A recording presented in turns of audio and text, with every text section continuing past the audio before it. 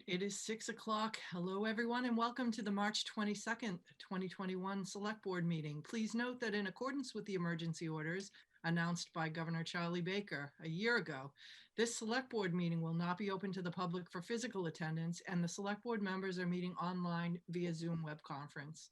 The meeting is being live streamed and cable broadcast by the Easton Community Access Television, which is Comcast 98 and Verizon 23, and on ECAT's website, www.eastoncat.org. If you're watching at home and you have a question or a comment, you can email Michael Blanchard at mblanchard@easton.ma.us or pose your question on the Q&A feature of the Zoom portal. Please remember to include your name and street address for our minutes. At this time, I'd like to ask each Select Board member to state their name to ensure that we have a quorum. Craig Barger. John Broussard. Chuck King. Mark Lamb. And I'm Dottie Fulgenetti. So I just noticed on our Zoom that down in the bottom, there is a CC for closed captioning and live transcript, which I'm really excited about. So I have tried it out on other Zoom meetings, and I was worried that you might get some strange, you know how sometimes when you do voice to text on your phone, some strange things come out, but it looked like it was working pretty accurately. So I think that's great that we're able to offer that now for people that might be hearing impaired. So thank you for making that happen. Our first item up is a common victualler license application from Global Montello Group, doing business as Alltown Fresh in Easton, 491 Foundry Street. Sure. Thank you, Dottie. So attached to the board's packet, you'll find the standard common vic license application from our e-permitting, as well as a site map. This is an existing business that has already gone to the Planning Board and Zoning Board of Appeals for the use permits for some seats outdoors. The applicant is looking for a common vic. It's typically anyone who's going to have any kind of seating where people sit and eat, whether it's wait service or not, are required to get a license, a common vic from a board. So this has been circulated to all the town departments and reviewed by them. And the only considerations our office recommends to the board as contingencies for approval are listed in your packet. And that is that the applicant must obtain all necessary permits from the Board of Health and Inspectional Services, and they must satisfy a pre-opening inspection from the same. I would recommend your approval. Okay, great. And we have the applicant here. Yes, Kevin Doyle is here on behalf of the applicant. Hi, Kevin. Thanks for joining us tonight. No problem. Is there anything you want to tell us? This is a new business to Easton? What would you like me to tell you? It's a new food program that Global Partners is rolling out. This will be our 5th Alltown Fresh location. The nearest one to us right now is in Plymouth. We're working on a couple more in Marlborough, Massachusetts right now. Would be another one close to us. We have approval to do one in Hudson, but it's basically a made to order specialty sandwich type of offering, healthier options, organic options and things that we're now offering inside the store. Great. And that's at the where the gas station is? Yes. Part of that? Terrific. Well, I know that I just saw that there was a notice that you joined the Easton Chamber of Commerce, so congratulations on that. Any other questions from any of the board members? Have none. No questions? Okay, with that, I would take a motion to issue the common victualler license to Global Montello Group, doing business as Alltown Fresh Easton. So moved. Barger. Second, Broussard. Barger, Broussard? Barger, yes. Broussard, yes. King, yes. Lamb, yes. And Fulgenetti, yes. Mr. Doyle, congratulations to you and your partners, and just wanted to say welcome to Easton and thank you for choosing to do business in our town. Thank you. And it's been a pleasure working with the town up to this point, and we continue to hope it's that way moving forward. Terrific. Thank you. Good evening. Have a good evening. Thank you. Bye. Next, we have a department update for Southeastern Massachusetts Regional Emergency Communications Center, otherwise known as SEMREC, the Regional 911 Dispatch, and we have Executive Director Rob Verdone to give us an update on that. Sure. So while Rob is moving into the picture, just a little bit of update for the board and the public. As the select board recalls, 4 years ago, about you and the select boards of Norton, Easton, and Mansfield voted unanimously to adopt an intermunicipal agreement between those 4 towns to direct the 4 communities to begin to work together to regionalize emergency 911 response capabilities. And as part of doing that, established a board of directors, which would be composed of a town administrator or manager of each of those 4 communities. And one of the most important and immediate tasks we had as a board of directors was to hire an executive director to see to the actual planning, budgeting, and development of not only the operational approach to a regional 21st century 911 center, but as a roughly $10 million public building construction project on top of that. And so we thankfully hired Rob, who has been a rock star as far as I'm concerned, has done just an absolutely fantastic job. And unfortunately, ribbon cuttings and things were delayed because of COVID, but figured we'd have Rob come in and give an update to the board on all the incredible work he and his staff at SEMREC have done through and despite the pandemic, where they're at, and show some photos of the great work. So Rob, I'll turn it over to you, and thanks for coming. Thanks. Thank you. I appreciate it. Good to see everyone again. I'm going to try and share my screen here, and I have a brief presentation. Can everyone see that? Yes. Yes. All right. Thanks again for having me. So we are lucky to be moved into our new facility up in Foxborough and High Rock. I know we've talked a lot about it over the past 3 years that I've been on board, but it is finally done. We're moved in, and it's a beautiful facility, and we're fully live and operational with all 4 communities and doing a lot of work and a lot of really great work as well. So the SEMREC transition, I always said it was like changing the wings on an airplane while you're in flight. We had a very, very small tolerance for any downtime. We had no tolerance for any missed calls. 911 is obviously a very critical thing for the communities, and it's the business we're in. So through that transition, we were able to move over all of Easton's 911 and dispatch operations, enhance them on the way, and get them into our new facility. That happened in December. So we moved 911 a little early. We started taking 911 prior to full operations. We went fully operational in December up in our new facility, and that included what's called wireless direct. So when you call 911 in Easton from a cell phone, there's no more built-in transfer. You don't go to state police or the state 911 department anymore. You come right to us, and our communications officers answer that call. And this is more of a long-term thing, just increasing our tech and staying modern and relevant, and making sure that our standard of care and procedural kind of outlook on things is modern and is staying in lockstep with the needs of today. So by the numbers, just a couple of quick stats. This is actually covering my page. Can you folks see it? The Zoom box is covering it on my side. We can see it. Okay, let's see if I can move this. I can, great. So just by nature of SEMREC's operations and our policies and the way we do business, we, from the single town communications operations, we shave 2 to 4 minutes off of any given emergency call. So that's from the first ring to when responders are actually leaving the stations, going en route if they're police, and getting on scene. And that's through the wireless direct program. We've implemented a ton of technology to make sure that responders are getting more information right in their hands quicker. So that's a huge saving. 3 minutes is a tremendous, tremendous amount of time, especially in an emergency. Like I said, we took wireless direct. So we are a fully next generation 911 center. When you call 911, there's very rare instances where your cell phone will go to the state first. And that's if you have a really, really terrible location.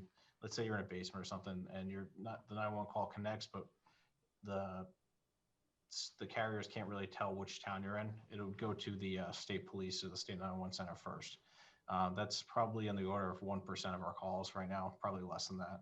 So most wireless calls in Easton are coming right to us, and we're answering them and dispatching on them. We're actually taking a lot of Brockton calls as well.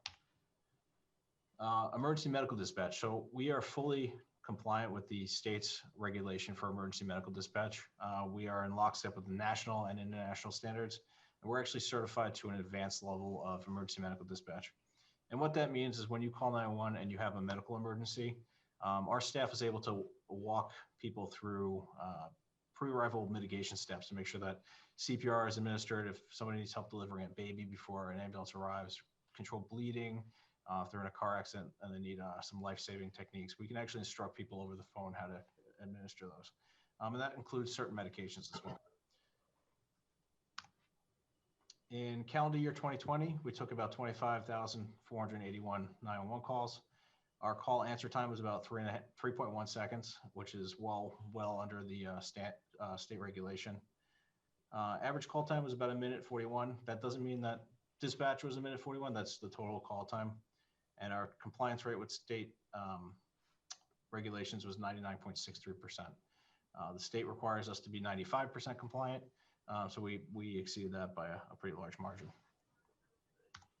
So far in calendar year 21, we've taken 12,000 911 calls. So we've already reached that halfway point for 911 calls from last year.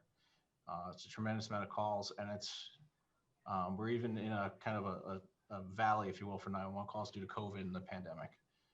Our average answer time is reduced to 3 seconds, which is great. Our average call is about 1:45 seconds. So far, we're 100% compliance with all state requirements. Again, the minimum compliance rate is 95%. Rob, I'm sorry to interrupt you, but I feel like a bit of a lead gets buried there, that those are now numbers of, since SEMREC's been operational, with cell phones going directly to you. Do you by chance have any of the stats of what our local dispatches were doing prior to SEMREC? Because I know it was a fraction of that because they were not the PSAP getting that cell phone call, right? Correct. So Easton PSAP took about, on any year, probably about 6,000 calls. And they were right around that 95% compliance rate and at the 4 or 5 second answer time. So we've reduced all those numbers considerably. Not to say that Easton wasn't compliant, but we've just improved those a little bit.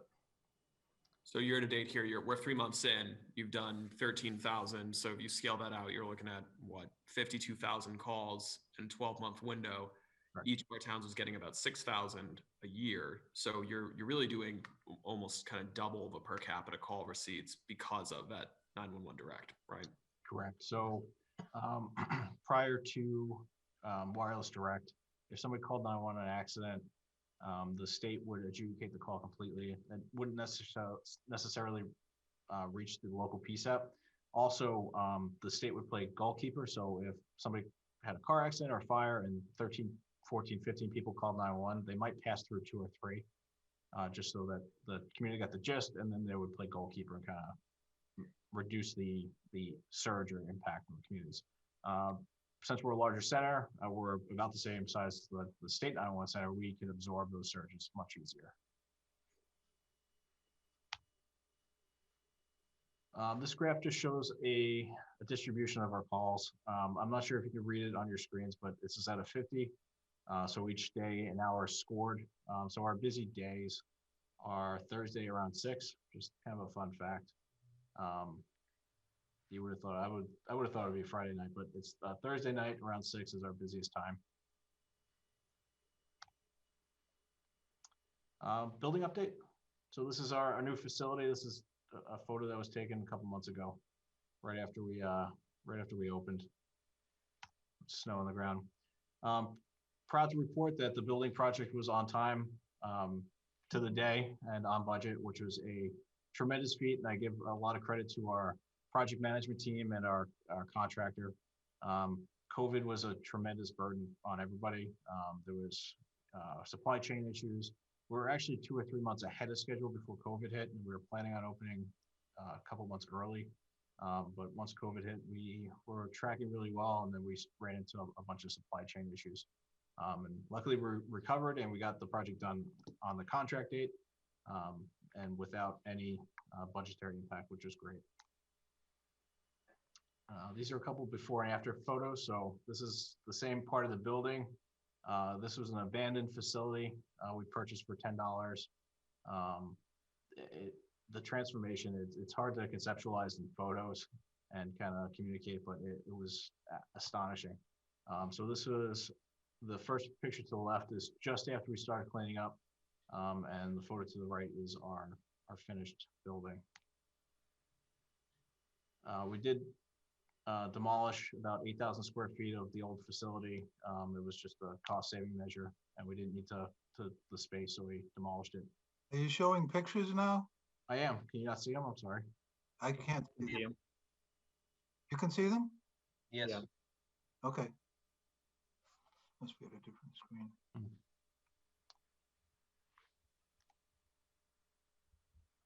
This photo is taken from the same point of view. So to the left was inside the building right after we started cleaning up. And to the right is a picture from inside of our training room now. So quite the difference. It's barely recognizable. Again, side by side, same point of view. Inside the facility, pre-renovation, and this is the actual operations center.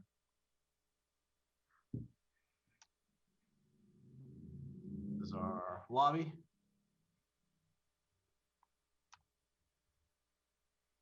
The basement, we had to put in a full sprinkler system, so these are the tanks to support the sprinkler system. Rob, I think in the ceiling, if you go back, you could see some of the, I think, miles of wiring. Is that right? How much you and Eric, the deputy director, although not IT professionals, had to do a significant amount of work there, right? I mean, how many miles of wiring and cable runs did you have to do? So luckily we didn't have to run all this, but in the facility, there's 62 miles or so of data cable, and then probably the same amount of electrical cable. It's truly amazing how much cable we fit in the building. But everything's built to try and stay ahead of any modernization. Hopefully we don't, date ourselves too quickly, but technology is a rapidly evolving industry. So this is the obviously the front of the building. This is where the glass is where the other building actually attached to this building and where it was demolished. It's another point of view from our training room.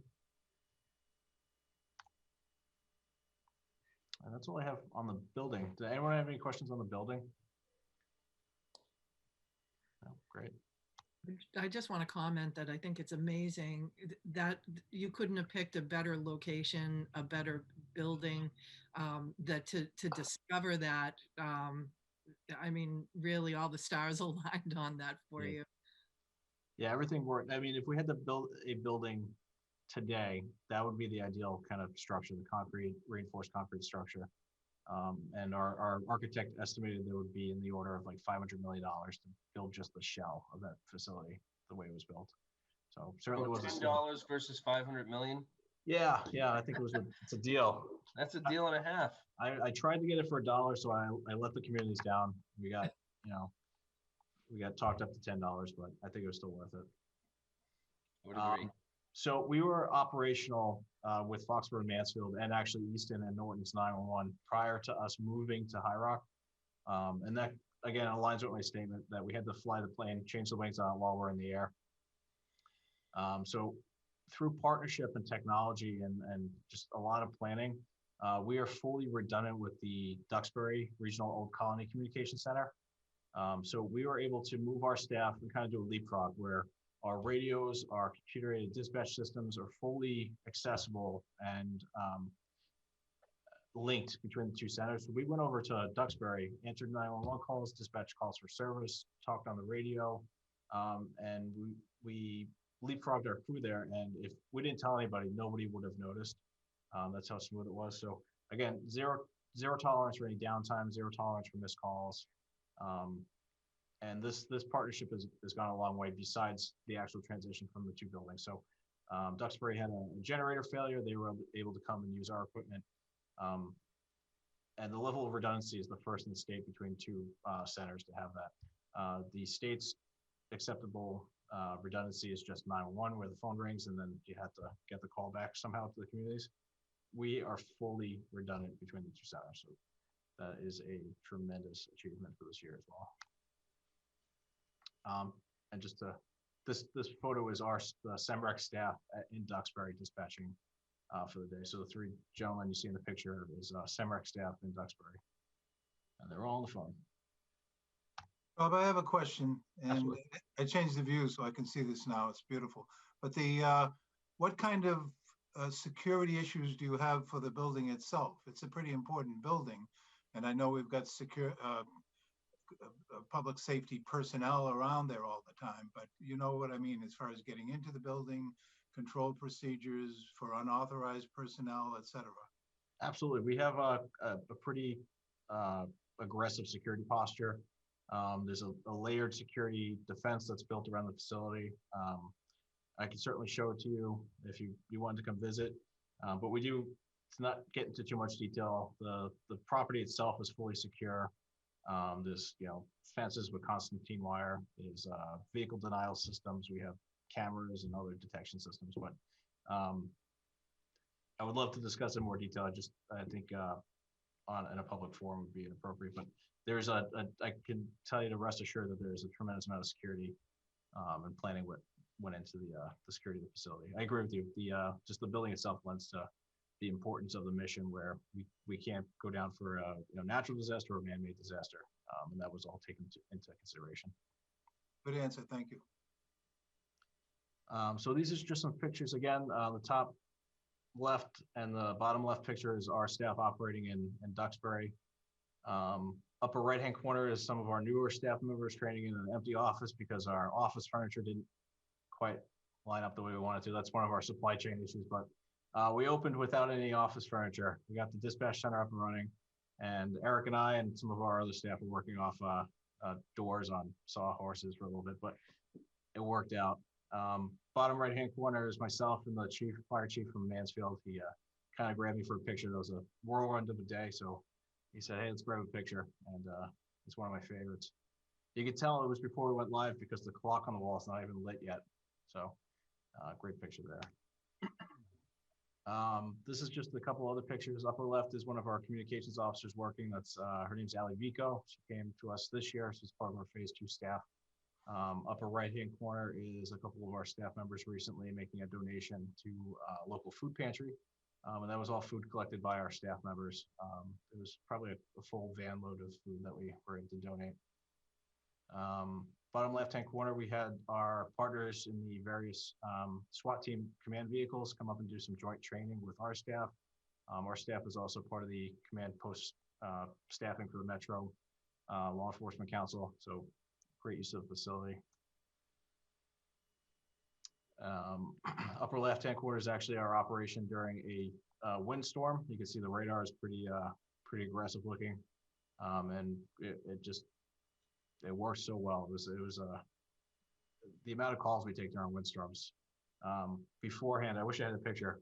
In Foxborough, there was only 3 desks, so there would be 6 or 7 of us in there, like reaching over each other, answering phones because there wasn't enough space. And now with the new facility, everyone had a desk, everyone had a position, and it just worked. Everyone went to work and we got the job done, which is great. Our K9 friend there is K9 Kona from the state hazmat team. She came up to do some detection training down in our basement.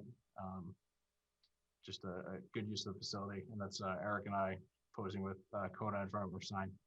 And the bottom left is we did a training tour of Gillette Stadium pre-COVID just to do some familiarization.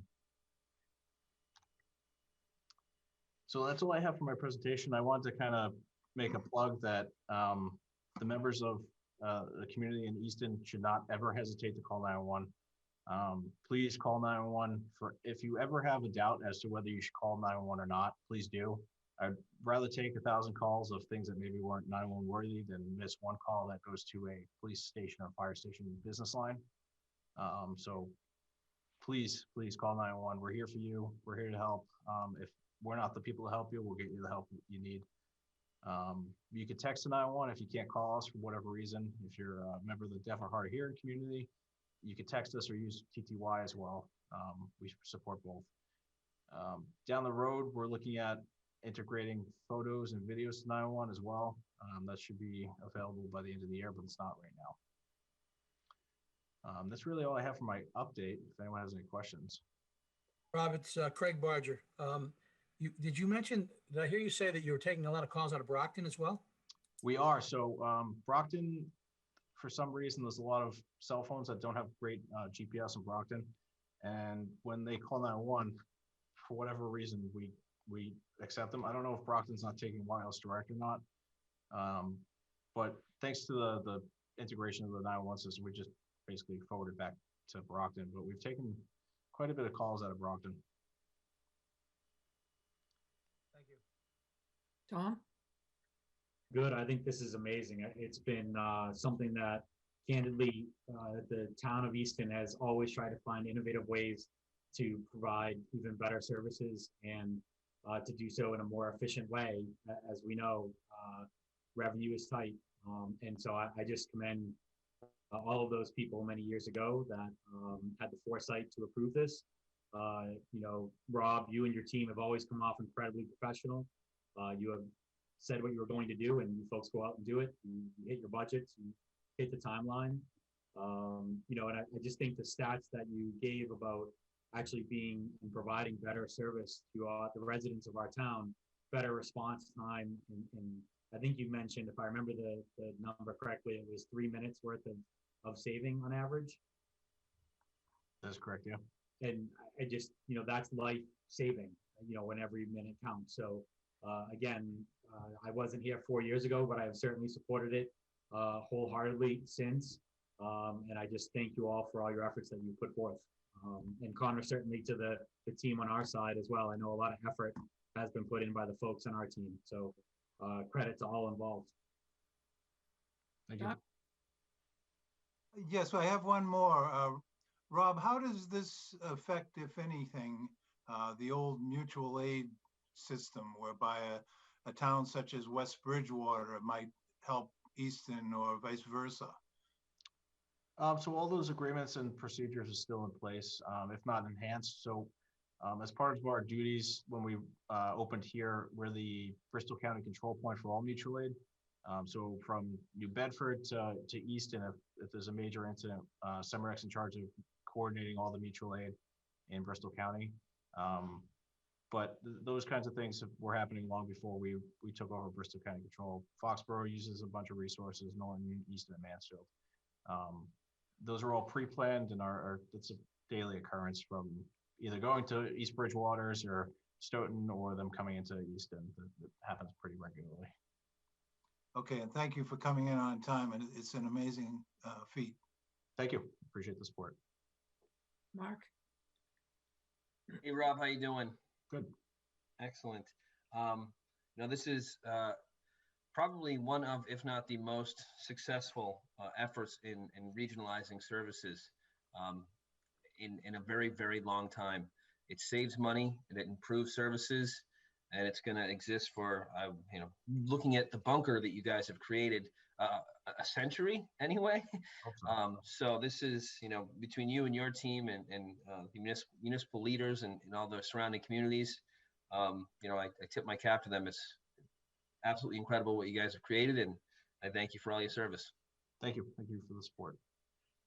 And I'll just add that, you know, when this was voted, I was on the board at the time, and you know, this was really an unknown, and there were a lot of questions. You know, how is a Foxborough dispatcher going to know where my street is, you know, my back road street, or where my house is? And, you know, Rob and the rest of the team did such a great job explaining how this technology worked. And it was a financial consideration because there was this consolidation allowed for investment in the technology. If we didn't do it, there was a real downside to that for what was going to change, and each town was going to be required to upgrade their equipment on their own. So as far as I look at it, it was a big risk. There was a lot that could have gone wrong with this. 4 towns trying to agree, 4 town managers, 4 police chiefs, 4 fire chiefs, for everybody to be on the same page, and then to get unanimous votes by 4 town select boards. It was really quite an undertaking. And every time you did a checkpoint to come back on us, it was better, and just it couldn't have gotten better every time. And public safety and response rate to the people, the residents in these communities, were the utmost importance. And I remember when you were talking once about they'll be able to dispatch and find you at the exact location you are in Gillette Stadium, down to what light pole you're next to, or in Stonehill College, exactly where you are on the campus. I mean, these are things that are just incredible technology. And I'm really grateful that it worked out so well, to really be finished, like down to the day. You accelerated parts of this along the way. And I can just envision being in there working on doors, trying to make them into desks to make this work. But looking at those pictures, it's just so incredible to have a state-of-the-art facility. We're really, really lucky to have this, and very grateful for your leadership on it. I appreciate it. I appreciate the support. And just to put it kind of in perspective and brag a little bit too, traditionally these projects take 8 to 10 years, and we did it in about 4 years with one of that's definitely the best center in the state, but it is a beautiful center. I appreciate all the support and the kind words, and we will continue to improve everything. And we're not done yet. We have a lot of work to do still. So we've certainly hit all our marks, but we still have a lot we can do. So we're powering on. Great. Connor, you have any final words? I just to reiterate, thank you to Rob and Eric and all the folks working at SEMRAC. And I have to say thanks to Chief Partridge and Chief Sullivan of fire and police here, and a lot of their staff as well. Deputy Boone and many before them. A lot of Easton police and firefighters have been working on this long before I was intimately involved, and before I was on the board of directors.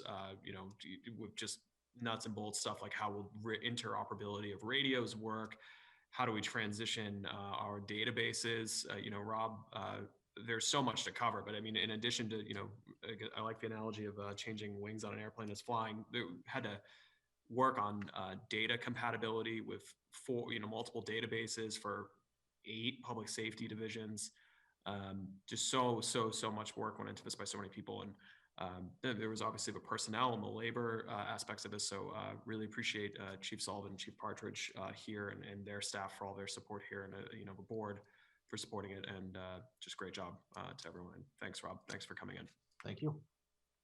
Well, I'd love to have all you up here for a tour sometime soon. See it in person. The pictures don't do it justice, so please come for a visit. Absolutely. Forward to it. Absolutely. Thanks for coming in tonight, Rob. Thank you for having me. Have a good night. How do we top that? The next item on the agenda is the acceptance of a resignation for Deborah Lally in the Cultural Council effective March 1st, 2021. We do want to thank Deborah for her time on the council and wish her well. So if we would take a motion, a second, and a roll call vote to accept the resignation of Deborah Lally. So moved, Barger. Broussard, second. Barger Broussard. Barger Lally. Broussard, Lally. King Lally. Lamb Lally. And Fulgenetti Lally. Next on the agenda is the acceptance of donations to the Conservation Commission and a vote to establish a gift account. Connor, do you want to lead us in this? So I believe we have Chris Patrick here to speak to this. He's an associate member of the CONCOM. There's a memo in your packet from environmental planner Langhauser detailing this, but Chris will certainly do a much better job than I will covering this. So I would turn it over to him to get that going. Hi, Chris. Thanks. Hi, everybody. I'm going to share my screen. I put together a quick little 2-slide thing here. Let's see if I can get this right.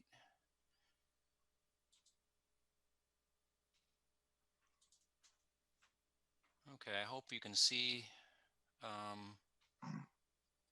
my first slide here. It's a Yep. Just an introductory slide. I'm making sure that I'm sharing the right one. All right, so I've been with the Conservation Commission since, I think around 2010. I was a commissioner for a number of years, and then I created a sort of a pathway for associate conservation commissioners so that we could have land stewards around town to take care of trails and things like that. Throughout my time, you know, I've built a lot of trails. I started with a large RTP grant back in 2012 to do trails in Clifford Grant, Town Forest, and the Oliver Ames Parker parcels.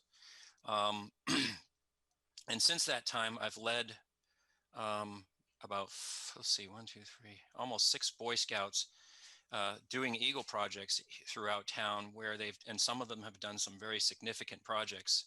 The most recent were 2 projects over in the Flyaway Pond Management Area, where they cut a new trail from the Deer Run Road to Chickadee Lane was the first trail, and then a trail that connected that trail all the way over to the town pool. They fundraised themselves as a part of their Eagle projects. Since that time, the trails, as you guys know, in the last year or so have received a lot of use. And I wanted to find a way to fundraise directly in the town and have a place for the money to be used by the Conservation Commission for specific trail projects. And so let me just go to my next slide. So basically, the gift fund that I'd like to propose that we create would enable commissioners to basically raise donations, and they would be for specific trail improvement projects. We've already started a fundraiser, and in your packet, you'll see that I started with a number of folks that I know. And there's still interest. I'm still getting phone calls because people have heard that I'm trying to get this going. And with the fund, I would be able to sort of target projects, and then people could direct their payments to those projects. And then the disbursables of the funds would be managed by a vote of the commission, since any of the work would be performed on the land that it manages. And then just a real important note, all the projects that I've been doing since 2012 throughout town have been all volunteer labor. So I pull together volunteer labor. This picture here you see on the screen here is one that we just did in October. It's roughly 270 feet of boardwalk to get us into the town pool end of Flyaway Pond Trail. And so what we propose to do with the next round of fundraising is to do some more wetland protection trail work at the other end of this trail. And that's pretty much the whole story. If you have any questions, be willing to take them. I think we're going to have lots of questions. Craig, you have any? I'm impressed with the folks who have donated so far to the project, Chris. Some very familiar names in terms of conservation in the town of Easton, and I want to thank them for their generosity.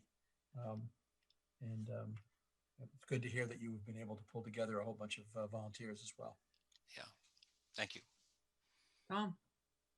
Chris, I echo exactly what Select Board Member Barger said. You know, I think about how our family uses the trails in our town and how much it means to us, and the real value it brings to everybody in our town.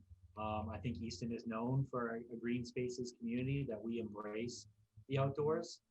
And, you know, things like this, I think Craig said it best. There's a lot of names on that list that are very appreciative of their efforts.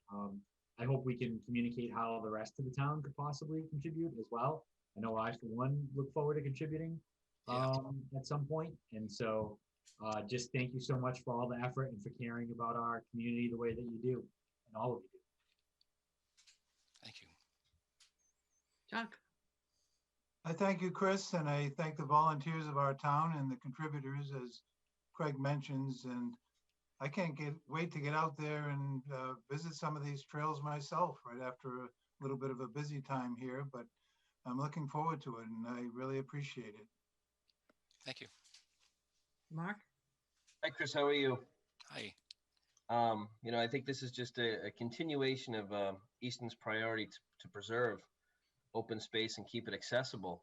All of this to this degree did not exist until somewhat recently. I do have a question. I know that this has been, the labor has been donated in the past, but how did you come up with funds for materials? So there were two large Eagle projects that started off in the Flyaway Pond Management Area. And both of those boys, Max Rhodes and Alex Rhodes, very ambitious young men, raised the money for the materials, upwards of $7,000 each. And so they were these were very unique and very huge Eagle projects compared to the typical Eagle project that you would see.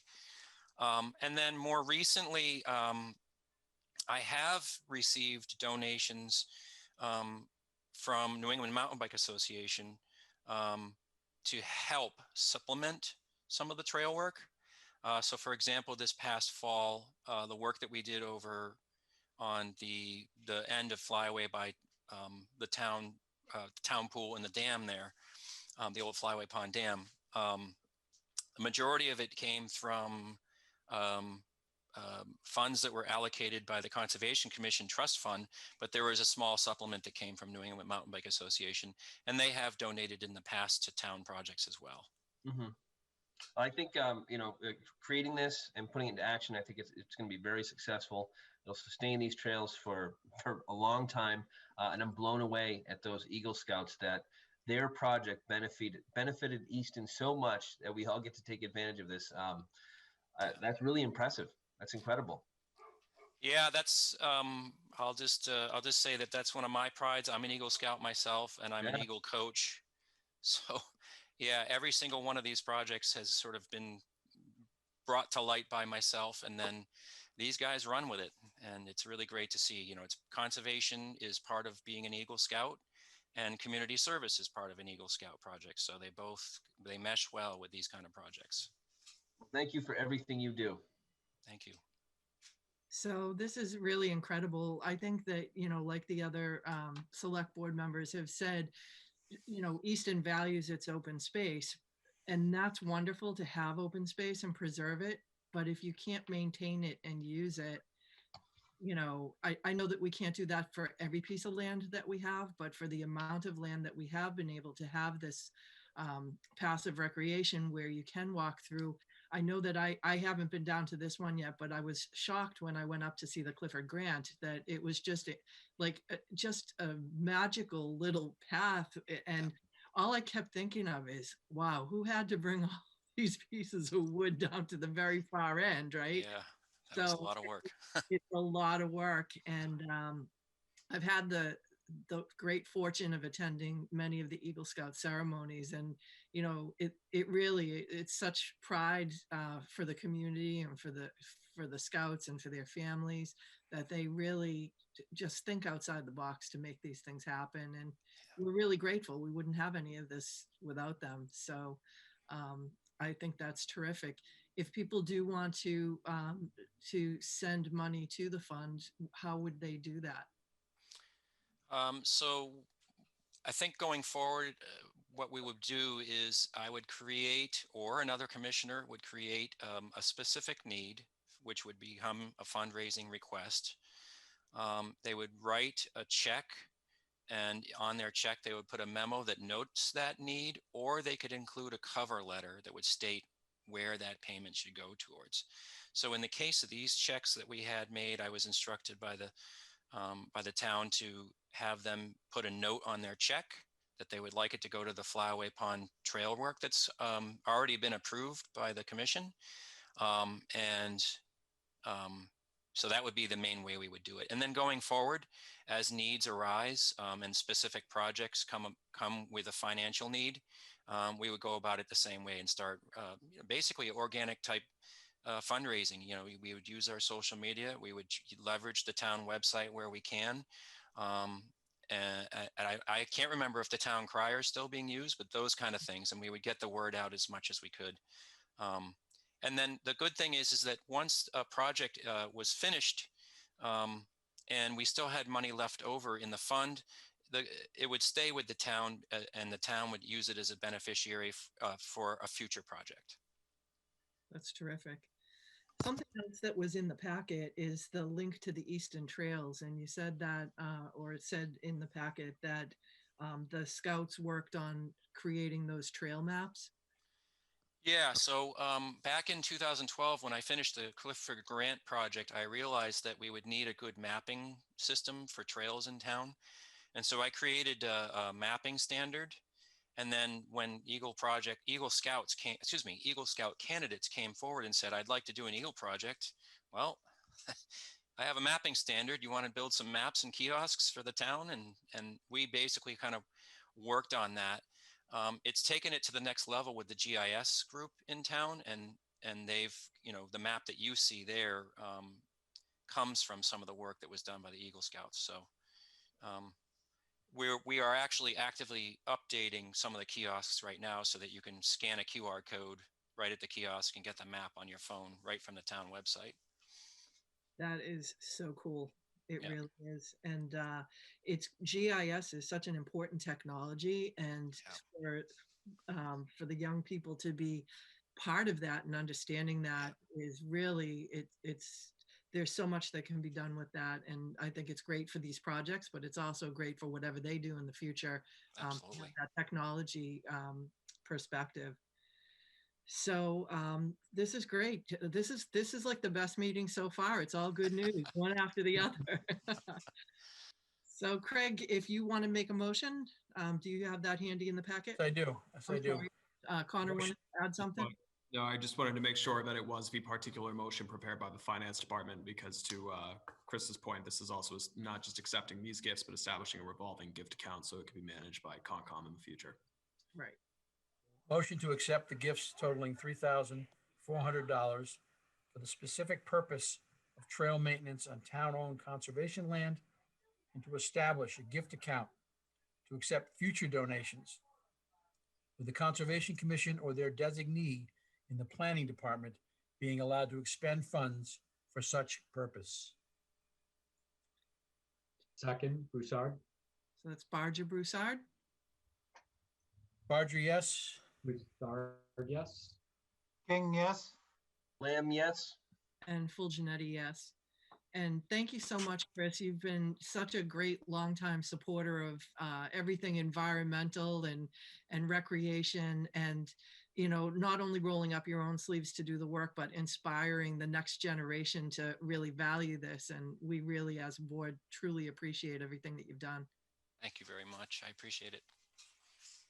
Great. Well, have a good night. Thank you, Chris. All right. Thank you. Bye. Next, we have a discussion and a vote for contract amendment number 1 with Environmental Partners Group Incorporated for additional engineering work for existing PFAS preparedness study. Sure. Thank you, Dottie. So attached to my board's packet, there's a memo and a brief change order laid out by DPW Director Dave Field speaking to this request. So as the board is aware, Easton has been kind of leading the charge for communities our size for long-term mitigation planning for PFAS. Mass DEP was working on developing rules in 2019 and published them at the end of 2020 that would require communities our size to start testing for PFAS starting April next month. Easton has been testing for that for 2 years now in advance of those regs. And we've been advancing long-term treatment for that since last year. So we went to town meeting in June of last year and received the approval of voters to appropriate $100,000 for the beginning of this process, which was to engage an environmental consultant to start doing the preliminary work of PFAS preparedness. That will eventually, all directions are pointing to lead us to constructing water treatment plants for the wells that have PFAS over 20 parts per trillion. So tonight is a kind of continuation of that work. We, in addition to the $100,000 appropriated by town meeting last June, received a $200,000 grant from the Mass Department of Environmental Protection last fall.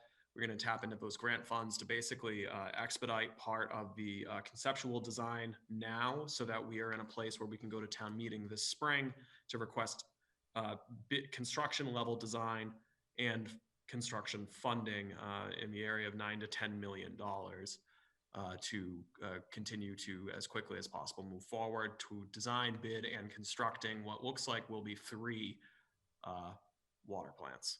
So this is an amendment of $195,300. The original amount was just over 108. That brings the project, the design project, up to 303,800 so far, which is within the funds available between Mass DEP grant money and town meeting funds.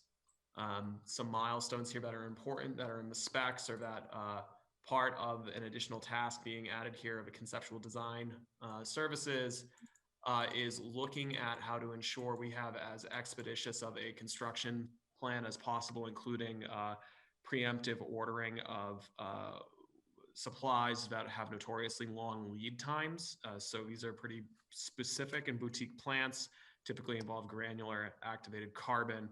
Those are not something you can go to Home Depot and get off the shelf. And thanks to DEP's new regulation, once other people Easton size actually have to test, like we've been doing for 2 years, there's going to be hundreds of people getting in line to do similar things, probably hundreds of communities, not people, getting in line to start planning and constructing plants like this once they're measuring on the same scale we are. So we are ahead of that, thankfully, and we'll keep our foot on the gas there as much as we can to keep that moving. I'll just use this as an opportunity to remind the board and the public that as part of the DEP's new regulation, we'll have to be sending notices to our water customers, basically laying out everything that I've just said. Acknowledging that 2 of our wells, 1 and 4, have had and continue to have PFAS over 20 parts per trillion. And that, that'll include information for sensitive subgroups like pregnant women who may want to drink bottled water. In the interim, while we construct these plants, we had initially had an in-home filter rebate program that we actually announced at a meeting with DEP about 1.5 years ago, but those filters are obviously designed based on national EPA standards that are not as stringent as the kind of brand new DEP ones. So we'll be including information in those mailers that are going out about other medium-term solutions we are currently working on while we get these plants designed and built. So people should see notices in the next few weeks with a lot of detail about what the town's doing to keep this all moving and get these plants built. And this contract tonight is part of that. Okay. And I think we're well ahead of the curve from what I see other towns doing. And I'm really appreciative that the town and this board has been proactive in wanting to move this forward, wanting to address it, and not just kick the can down the road. We need to take care of this. And all of these actions are very important. And I think it's also great that we're getting a lot of public support about this as well. Anybody else have any comments or questions? I was very impressed with the comprehensive nature of the proposal for the development of these 3 treatment plants. And it was not only comprehensive, but it was easy to read so that people can understand. I hope it will be put on our website so people can actually see exactly what their money is going towards. Tom? Well said, Craig. And Dottie, I think you hit the nail on the head that I was going to reiterate, which is essentially that we are ahead of the curve. We're proactively engaging on PFAS, and again, credit to the team, Connor, for trying to keep us at the forefront of water quality. I know for many, many, many years we have won awards for the quality of our water, and as soon as we found out that there was an opportunity for improvement, we jumped on it. So again, thank you for the quick engagement. Chuck? You're on mute, Chuck. It's great to be ahead of the curve, Connor, and I thank you and your staff for your work on this. Mark? Yes, I was looking at it, and you ahead of the curve, all that, it's fantastic. You could see that you're anticipating the next steps and getting ahead of them for funding, which I think is fantastic. The sooner the better. We'll have this thing done before some communities have even tested, which is incredible. But my question is, do you anticipate any more amendments for this study before construction? I see we have conceptual design, but not final design. Right. Will final design, I look at this and I say final design and construction, that won't be an amendment to this, because that'll be an entirely new contract. But, it's not going to be part of the study. Well, It moves into a different phase at that point. so from a funding perspective, you are correct. So the funding we will go to a town meeting for in May will be enough. Part of this stage is for them to get a better probability of cost estimate to make sure we're asking for the right amount. But part of that cost is going to be the actual construction design, which will take the work here. Engineering services can be amended with more flexibility than most services under procurement law. So it could be an amendment with this firm, because they will have obviously done a lot of the work and have a lot of the kind of conceptual based drawings. Whether that takes the form of a separate agreement or if it's just an additional amendment to boost this scope to include construction design and administration, I don't have the answer for tonight, but if that were the case, it would still need to come back to you, and it would need to be able to be funded out of appropriations from town meeting. And that's kind of what I anticipate. I anticipate it will move away from a study and into a construction project, and it'll be, before us, and we'll have to either approve or deny it. I guess I'm looking for a level of comfort in, and I know your magic 8 ball doesn't always work, and it's a hard question, but do you anticipate any more amendments to this study? No, I don't. And to be clear, this is not unanticipated here. This funding is happening because additional money became available through grants, and we want to take advantage of it and squeeze as much work out of this stage of a process, rather than leave that for the design bid construction package. Because that grant wouldn't apply to design construction. I see what you're doing. That's very smart. So I don't think we'll need another amendment on the study phase. Right. This will get us to town meeting. We're going to go for 9 or 10 million is the estimate right now. We'll refine that in the coming weeks. Mm-hmm. And then the money that's appropriated from town meeting will be for construction design level and bidding. Okay. Thank you. Outstanding. Thank you. I think that I'm still concerned, our water isn't locked into Easton. We get water coming from other water sources that come through our town in the Taunton River. Our water goes out of Easton. It connects to the communities around us. Right. So I think it's important that the DEP make sure that other communities are testing, because they have, there's now a date that they have to test by, but they need to make sure that everybody's doing their part on this. And the DEP also has to really find a way to figure out where this PFAS is coming from. And, whether it's washing pots and pans in your own sink, or whether it's businesses putting, using PFAS as part of their production that ends up in our water, or whether, there's other chemical means that's happening. They have to figure that out, because, this is only going to get worse if we don't stop the original point of origination. And so I hope DEP is looking at that and thinking of that as well. So with that said, if somebody would like to make a motion to amend the contract with Environmental Partners for additional engineering work for existing PFAS preparedness study in the amount of $195,300. So moved, Barger. Second, Broussard. So that's Barger, Broussard. Barger, yes. Broussard, yes. King, yes. Lamb, yes. And Full Janetti, yes. Thank you. Next up is a discussion and vote on a contract with MHQ for 3 police vehicles. Sure. Thank you, Dottie. Attached in your packet is a memo and corresponding contract from Police Chief Gary Sullivan requesting award of a contract with MHQ for 3 police vehicles as part of their approved fiscal 2021 capital replacement plan. The funding for these 3 vehicles was approved by voters at town meeting in November of 2020. This is the normal 3 vehicle replacement schedule, and MHQ is a state certified contractor that we typically work with. Okay, any comments or questions, Craig? No, I have none. None. Chuck? I'm good. Mark? I have none. And I don't have any, but just interesting to see all the components that are included in a police vehicle that I never really thought too much about before. So if somebody would like to make a motion to award the contract with MHQ for 3 police vehicles in the amount of $147,525.40. Move Barger. Second, Broussard. It's Barger, Broussard. Barger, yes. Broussard, yes. King, yes. Yes. And full Janetti, yes. So next, item 8 is the annual town meeting draft warrant review.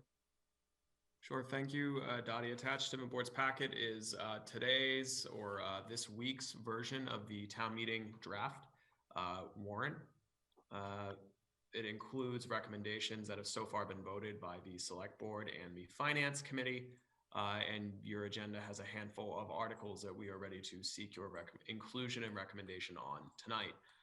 First of those is Article 8. It's the septic loan program. So this is an article the board is familiar with. It's a program that has been being run since 2012 by the Board of Health. The way that this program works is that town meeting authorizes the town to avail itself of funds through the Mass Clean Water Trust. We act as basically the administering agent for property owners in Easton to borrow low interest loans through the Board of Health for septic tank repair and replacements or for connecting into publicly available sewers. This program has loaned $3.4 million to Easton property owners to date. It has improved 131 systems, and there's an additional 11 approved awaiting completion. This would be a new appropriation of another $1 million to keep this program going. And I would recommend or ask for the board's vote to include and recommend Article 8. Any questions from the board? No?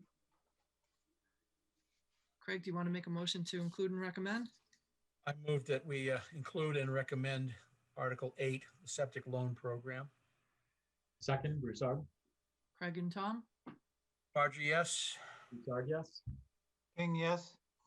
Lamb, yes. And full Janetti, yes. Article 11, amendment of code to reflect the change in Easton Historical Commission public hearing advertisement requirement. Sure. So I think Community Planner Wayne Beitler is here to speak to this article. He and Stephanie are here for the next handful, actually. So if they could be moved into the panel,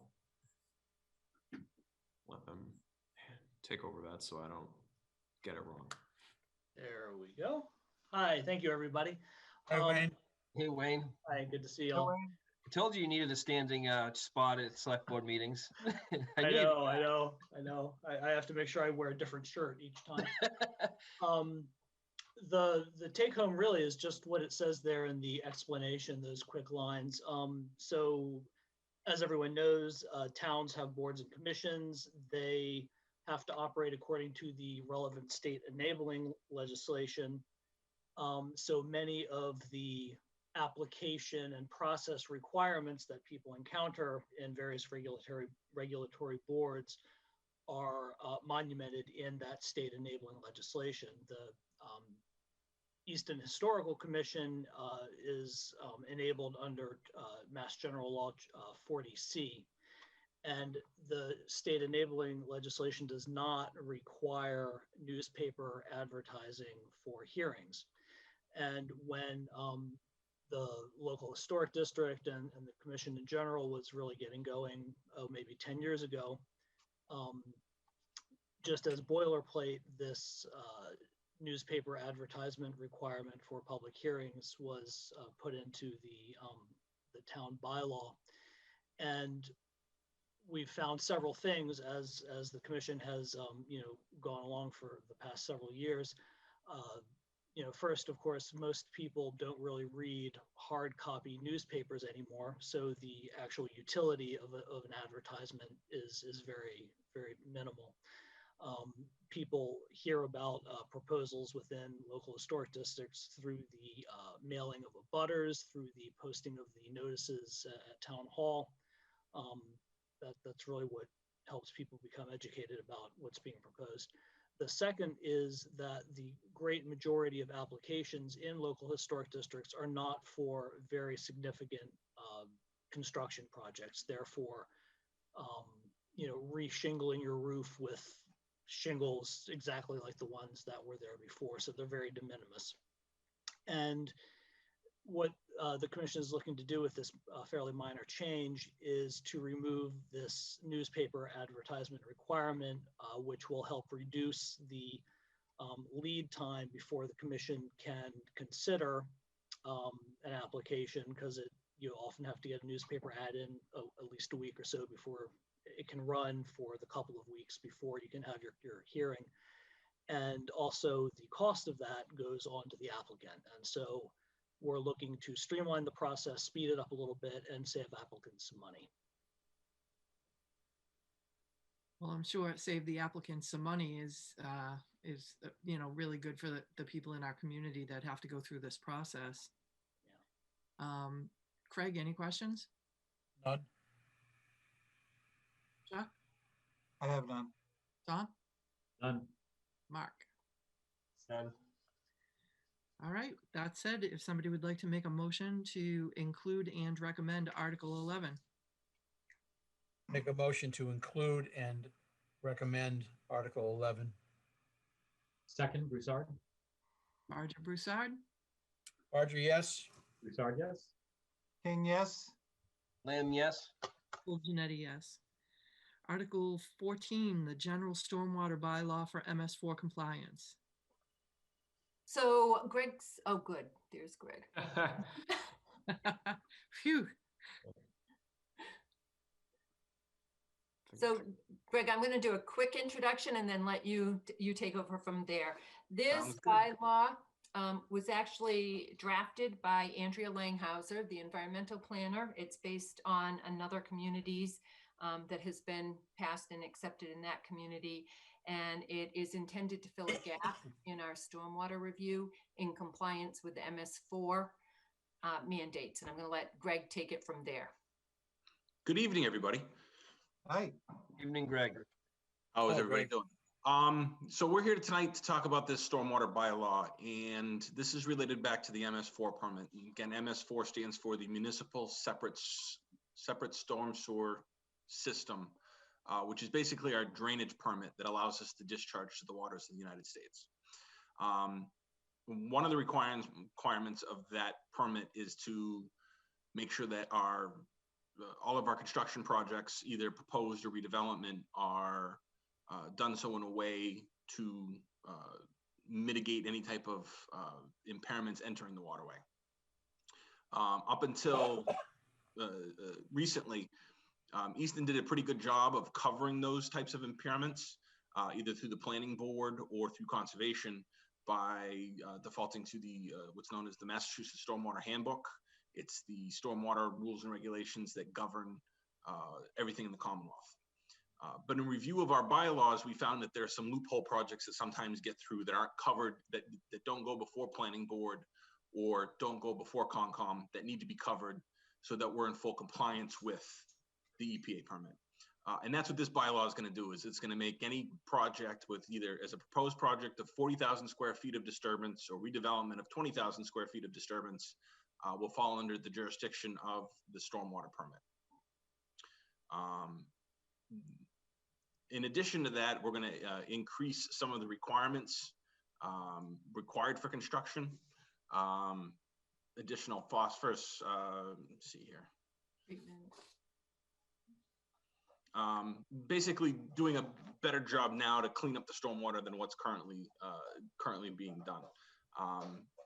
DEP is in the process of updating the stormwater handbook to bring everything into compliance with the MS4 permit, but they won't be done by the deadline. The stormwater handbook will not be updated by July 1st, which is the deadline to have everything implemented.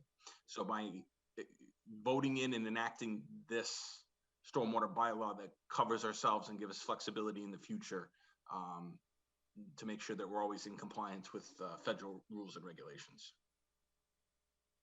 Great. Craig, any questions? I have none. Tom, I have none as well. Thank you. Chuck, Sounds good to me. Mark? So Greg, I just wanted to give you a second to just like pitch what the MS4, this was an incredibly heavy lift for this permit, wasn't it? You've been working on this for a couple of years. Yeah, every year there's different requirements that we're doing. It's, you know, it's move on to the next year requirements and move on to the next year. And this is just happens to be this year's big lift for this. And I've been working with Andrea and Stephanie, and they've done a large part of this action on this to help me out with this particular piece of legislation.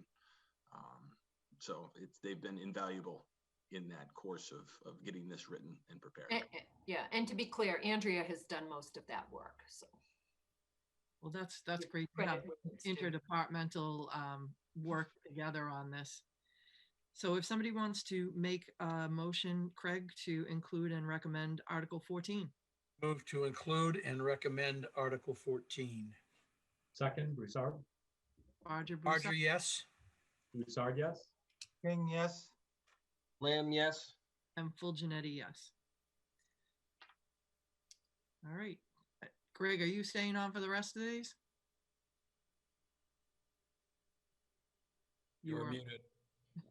There we go. I can if you'd like me to. I don't know, Stephanie, do you need me to hang out for these? No, I need you for other things in the pen. Going So I guess forward. the answer to that is no. I can read to my kids tonight. Yes. I didn't Thank want you, to Greg. keep you longer than necessary. So thanks for being here with us tonight, Greg. We appreciate Anytime, guys, not a problem. Thank it. you. Thank you. So Article 15, the report and fiscal year 2022 budget of the Community Preservation Committee. So this article, Dottie, we're actually just going to ask for you to take no action on tonight. The CPA, we were anticipating they would vote it last week. They did not. So it'll come back another night. Okay. Article 16, CPA funding, high school practice field perimeter fence and walking path construction.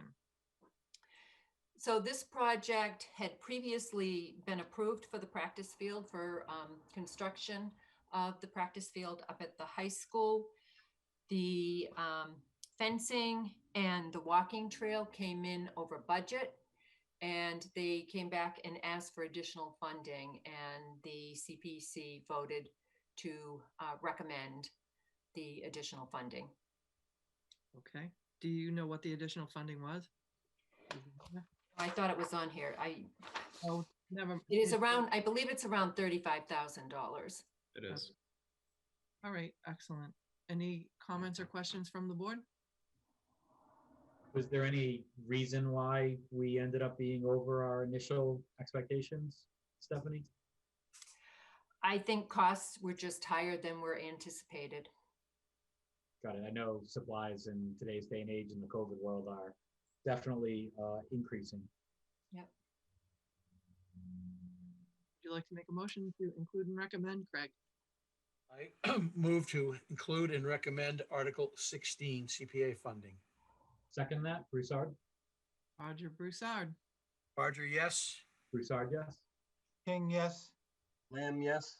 And Full Janetti, yes. So that takes care of all the warrant articles, Connor? For tonight. Yes, it does for tonight. All right. Thank you. Thank you, Stephanie, for being here tonight. And thank Andrea on our behalf. I will. Thank you. Thank you, Stephanie. Bye-bye. Yes, Steph. So the next update is the standing COVID update. Sure.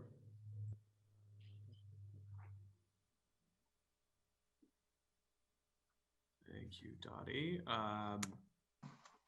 So as is our practice now for more than 1 year, just trying to give an update to the board and the public at where the town is at with its COVID planning and response. So Eastern Emergency Management continues to connect multiple times every week to share information across our departments to try to align what we're doing here on a municipal level with the increasingly rapid changes happening on the state level. We'll start with where we are in the United States and drill down into the state, and then end up in Easton and what we're doing with vaccines, which is some good work. As of today, the U.S. is still the epicenter of the pandemic. We are nearing 30 million cumulative cases, over 540,000 cumulative deaths. The 7-day rolling average of new cases is hovering in the mid 50s. 7-day rolling average of deaths is around 1,000. The percent positive rate is just below 6. So this is the visualization of that data we look at every week. Obviously, we had a pretty enormous surge over the holidays that has thankfully been dropping, although the rate of that decline is slowing slightly as economic reopenings are rolled out across the country. Before that surge in September, we were looking at about 30,000 cases per day. Right now, the rolling average is 54,000.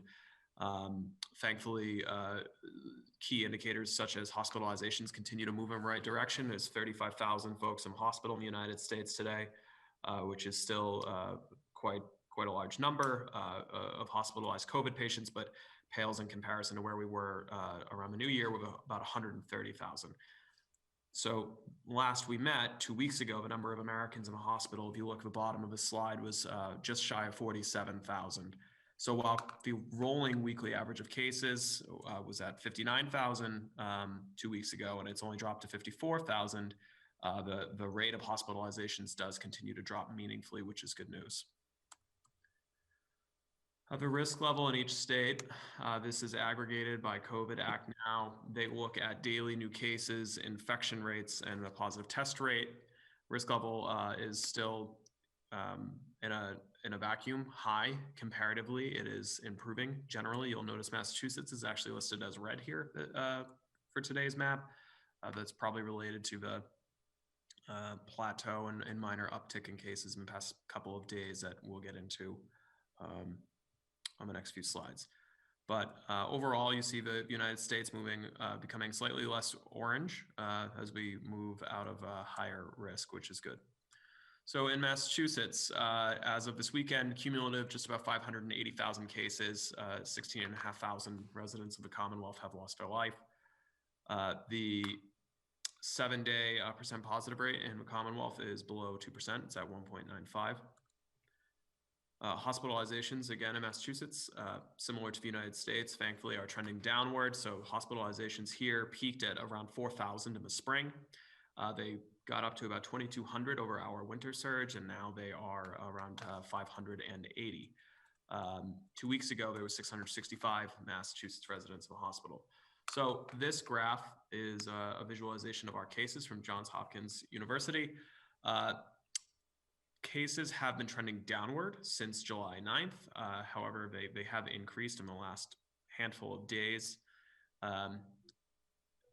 Hopefully that is not indicative of a forming trend, but obviously it's too soon to make any kind of assessment there. The recent uptick in daily cases aside, hospitalizations are continuing to trend down. 580 residents in the state are currently in the hospital. That's down from 665 2 weeks ago. So there's a lot of information coming out of the governor's office in the past couple of weeks. I'll try to briefly summarize them. Effective today, the Commonwealth moves into phase 4 of its economic reopening plan. That makes some changes to large capacity sports and entertainment venues. They are at a 12% capacity limit. They're able to open now, such as indoor and outdoor stadiums, arenas, and ballparks. They have to submit plans to the Department of Public Health and get approval before doing that. Gathering limits for event venues and public settings have increased to 100 indoors, 150 outdoors. Gatherings at private residences remain where they have been for quite some time, which is 25 people outside and 10 indoors. There's a variety of other restrictions that are changing and relaxing. I encourage anyone who owns a business or is curious about these things to please visit mass.gov and review the governor's plan. In addition to the economic restriction relaxations that are coming, starting today. The governor has relaxed the travel order. It's been replaced by an advisory that's effectively, it's just less stringent, I suppose. It's very similar. Anyone entering Massachusetts, it's advised that they quarantine for 10 days upon their arrival if they've been out of state for more than 24 hours.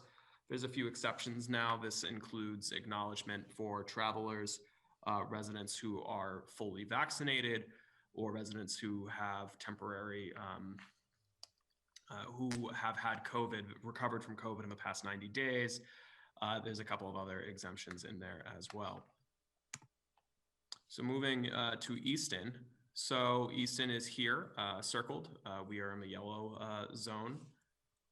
This is what this Commonwealth looked like 2 weeks ago. So rather interesting to see the increase from gray to green to yellow moving across Western Massachusetts. I don't have anything super educated or intelligent to say about that. I'm just pointing out a kind of interesting trend there. This says March 4th at the top, but that's actually today. But as you can see, if you look in the southeastern portion of the state, folks are beginning to move away from red, yellow, and towards green, which is a good thing. And this is 2 meetings ago, just to kind of give you some insight into the improvements in this area, moving from red and yellow to yellow, green, and gray. So cumulatively, Easton has had over 1,800 cases of COVID. 2 weeks ago, that number was at 1,741. So thankfully, the weekly and biweekly growth rate is slowing down pretty significantly. This graph visualizes that. So our daily new cases per 100,000 is hovering around 20, which is just about where we were prior to the Thanksgiving and holiday surge. That's roughly 1/4 of where we were right after the new year. So a pretty marked improvement, although there's still some room to go. This is our actual weekly new cases. So on a weekly basis now, you can see we're at a little bit of a plateau. March 2nd, 9th, and 16th starting to trend down slowly, probably around 35 cases a week. During the surge this January, we were between 120 and 140 new cases every single week. So again, an improvement, but still room for improvement for sure. Our test positive rate has dropped. It is not exactly positive looking at this graph. It is right now 1.28%. So that's below the state average. And certainly a relatively precipitous drop from the over 10% we briefly touched right after the New Year's. This is a combination of decreasing cases, but also the ongoing asymptomatic surveillance testing operation at Stonehill College. So as you could see here, we have been in the yellow and red for months now. Hopefully we get back to green at some point, but I think we're still a little bit a ways out from there, but we are in many regards trending in the right direction. If you look, one of the key metrics here is the average daily incidence rate per 100,000. Most recently, we were at 20.8. That is the lowest since November 18th. So that is moving in the right direction. Our test positive rate did tick up slightly from 1.18% last week to 1.28%. So just reiteration, it's getting, I think, tough for lots of folks, particularly because there is good cause for some measured optimism. The vaccine throughput rate in the state and nationally are moving in a great direction. Hospitalizations are dropping, deaths are dropping, which is great. And a lot of restrictions are loosening. And those are all positive things, but it is important that we continue, to wear a mask when we're around others in public spaces and to respect social distance as well. Keep practicing good hygiene as we work through the last couple months here towards a lot more people being fully vaccinated to COVID. So talking about vaccines, where we are now, again, a lot of news on this front since our last meeting. Phasing is determined by the Commonwealth. The governor announced, I believe a week ago, although to be fully truthful, all the weeks blend together now on this subject, that dates were established for the rest of the plan, which is great. So starting today, individuals 60 and over and workers in certain sectors, including transit, grocery, utility, food, and agriculture, sanitation, public works, and public health, are now able to start trying to get a vaccine if they go to mass.gov/COVID vaccine. 2 weeks from now, April 5th, everyone over the age of 55 in the Commonwealth and individuals with one comorbidity will be able to join those ranks. And April 19th, 2 weeks after that, every adult, I should be clear, and including 16 and 17-year-olds, I think for Pfizer, will be able to sign up to get a COVID vaccine. The Commonwealth also rolled out a new website with a pre-registration list, which is great. That's a feature that a lot of people have been looking for. I've signed myself up for that. They text you, including just to remind you that, yes, you are still on the list, and we will let you know when it's your turn. And I really recommend folks get themselves signed up on that, or if they have a parent or somebody who's going to be eligible shortly, to get on that list as well. So if you go to mass.gov/COVID vaccine, they can help you out with that. So statewide and nationwide vaccine data, the United States in total has administered 125 million doses of coronavirus vaccines. We are nearing 25% of the United States who have received at least one dose, 13.3% who have gotten both. The daily dose rate right now is averaging nearly 2.5 million, which is pretty great news. In Massachusetts, we are nearing, and I think today passed 3 million doses administered in the Commonwealth. Massachusetts is slightly outperforming national average statistics at this point. 28.6% of residents of the Commonwealth have received at least their first dose. 15% have received both. Daily doses being administered about 55,000. I'm not positive how Bloomberg is accounting for the availability now of one-dose shots from Johnson & Johnson and how that'll impact these numbers, but surely it will help increase the fully vaccinated rate. The Commonwealth now releases some really nice granular data, which I know you all love, and I do too. So Tom, this chart's for you.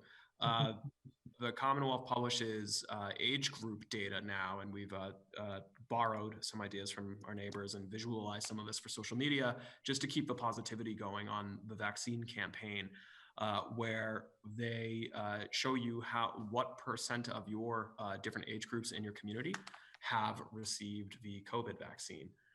So this shows all of those different age groups, and obviously the direction is that the younger people are, the lower percent of them who have received a vaccine, which it mirrors the state's prioritization.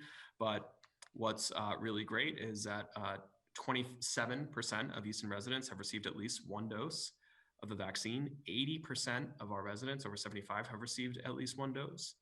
65% of our residents 65 to 74 have received at least one dose. So that's really great news, and we're happy to see that and to keep up that work. So in total, that number is 6,454 residents of Easton have gotten at least one dose, which is great. So I believe I covered most of this already, which is that the Commonwealth rolled out and put dates on eligibility for everyone. So again, I encourage everyone to get to mass.gov/COVID vaccine to get on that pre-registration list if your turn is coming up in the next 6 weeks, or call 211 for phone-based assistance.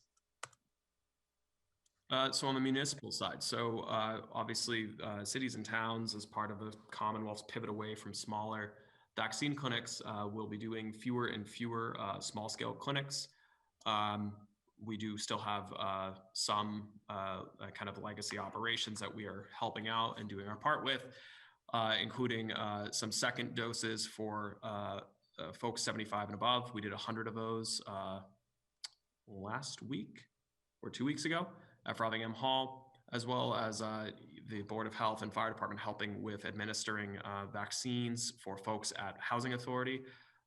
90 of those were done by home delivery model with the Fire Department and the Board of Health 2 weeks ago, which was wonderful. And I have some nice pictures to show on that. And also working on some home deliveries as well. Last week, fire and health staff visited 8 homes and vaccinated homebound residents, as well as another 112 shots administered at Frothingham Hall. So these are going to be some of our last clinics. And I can't say it enough. Thank you to Easton Fire, Health, CERT, MRC, and all of our volunteers who made these efforts. So these are some photos of our mobile vaccine team, firefighters and health staff bringing vaccines to folks where they live who may otherwise have economic or health barriers to receiving the vaccines. It's really a wonderful thing to see. They did a great job, and can't say enough about how proud I am of our staff for making this work. So as of this weekend, EMA passed 1,000 doses administered, cumulative 1,070. We've now done 640 first doses, 430 second doses. We have still not missed or wasted any. So our effectiveness or administration rate continues to be 100%. I think a couple more small scale operations between now and mid-April, and that will conclude our vaccine efforts. So happy to take any questions if the board has any. Any comments or questions? Connor, with the 90 folks at the housing sites, we have enough for the second dose for those 90 people? I'm 95% certain the answer is yes, but if we don't, then there's a plan being worked out by Director Kennedy and Deputy Carroll. I believe there is, but I would ask anyone watching this not to go on my answer. Check with Kristen. But for those folks who we have not been able to secure a second dose for, we make sure that that is transparent on the front end. You actually now, that's becoming more common. And so now when you register at the large state-run sites, there's a box to check that you're actually getting your second dose. Thank you. Great. Tom? Good work, Connor. Appreciate the update. Good to see the stats heading in the right direction. And hopefully we can all hang in there while the vaccine process finishes and we're in a better place overall. Chuck? Good work, Connor, and I like the fact that you always put that caution in because it's still out there. The pandemic is still out there. I have close family members that are down in the South Shore, and their family was affected by the outbreak that took place at a cheerleading facility recently. And not only does it certainly it can affect the parents when the children bring it home, but it also affects the children a bit because the child that brought it home to a family member was feeling very guilty about infecting her parent. So it has emotional effects, it has psychological effects as well as physical. So we really do have to continue to keep an eye out. Well said, thank you. Mark? Yeah, I'd like to just personally thank you for the in-home visits. There's plenty of people in this community that don't have the ability to leave their home. They just don't have transport, or they're not healthy enough for whatever reason. And I think you did 8, but however, I think there's more than 8 people in this entire community, and I really hope that a form of that can continue. Because I think you're going to start seeing more and more of that, and the only people that can really administer that to those people are, the fire department and health and community services. So I hope in the future we'll always be able to get our hands on some, however small it may be, to help those people who are homebound. Yes, it's a really important concern, and I just want to clarify. So I got an email. Craig, your question: yes, the state has guaranteed second doses for the housing authority. So that is the answer to that. And Mark, the state is aware, and they're working with local boards of health on the homebound challenge, and they are rolling out a service where they will be contracting with paramedics, whether local or larger state paramedic firms, to help those folks out. Even if it ends up being state-run, if people can't get out of their home, they can call Council on Aging or our COVID line and get their information or a family member's information, and we will connect them with those resources. And that COVID number is 508-230-0783. Thank you. I just am looking forward to a few months down the road when we can breathe a little bit of a sigh of relief that this has been behind us, you know, for a year. I mean, it's just been the pedal to the floor the whole time.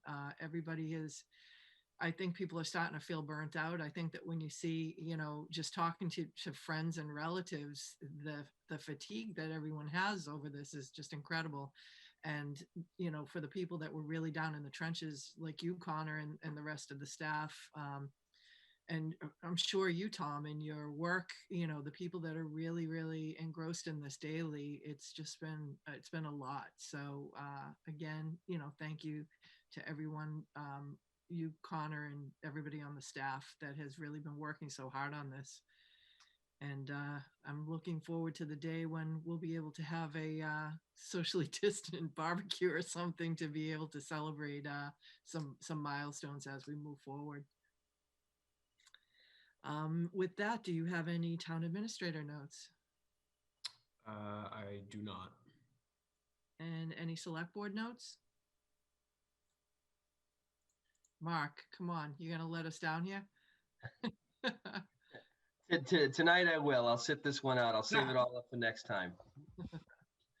Well, I would just say, you know, for the businesses in our community, the American Recovery Act through the SBA, the Small Business Association, has some things lined up. There's going to be some money funded for restaurant revitalization.